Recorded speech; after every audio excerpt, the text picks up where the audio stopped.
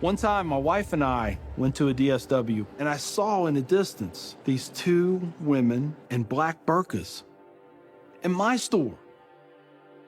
I cried as I prayed for enough strength to go over there and break both their necks.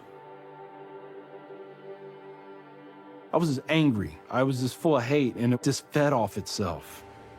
At that point, I was drinking a half-gallon of vodka every 2 days. I had devised a plan, create my own IED, homemade bomb, and I was going to set it off right outside the Muncie Islamic Center. 200 plus killed or injured. That was the plan. I saw an opportunity to do one last thing for my country. This was my rationale. I knew I would end up in a federal prison with a needle in my arm. I didn't care. My hatred of Islam, it was the only thing that was keeping me alive. So one day my daughter comes home, second grade maybe.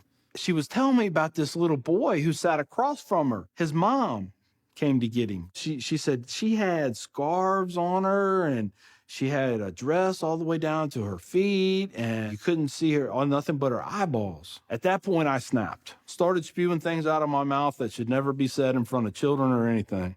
She didn't say anything. It was the look on her face. I remember my daughter looking at me like I was absolutely the craziest person on the face of the earth. She was my little buddy. Yeah, she used to say we were road dogs. I know I saw it in her eyes. I made her question that love. And that's when a light bulb came on. I decided to give the people of this community one more chance. So I went to the Islamic Center, see a gentleman in the shoe room taking off his shoes. He looks at me and he smiles. He said, "Can I help you?" And I said, "Yeah, I want you to teach me about Islam." So he went and he gave me a Quran. "Read this. Come back when you have questions." So I did. And I would see things in the book. I'd be like, "There it is. I got him right there. Explain that to me." And they would. This was a kind of awakening.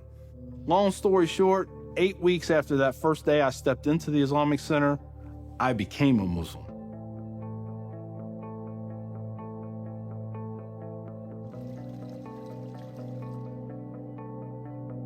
I'm a Muslim, a veteran, and a proud American. I had learned that I was completely wrong about everything that I felt.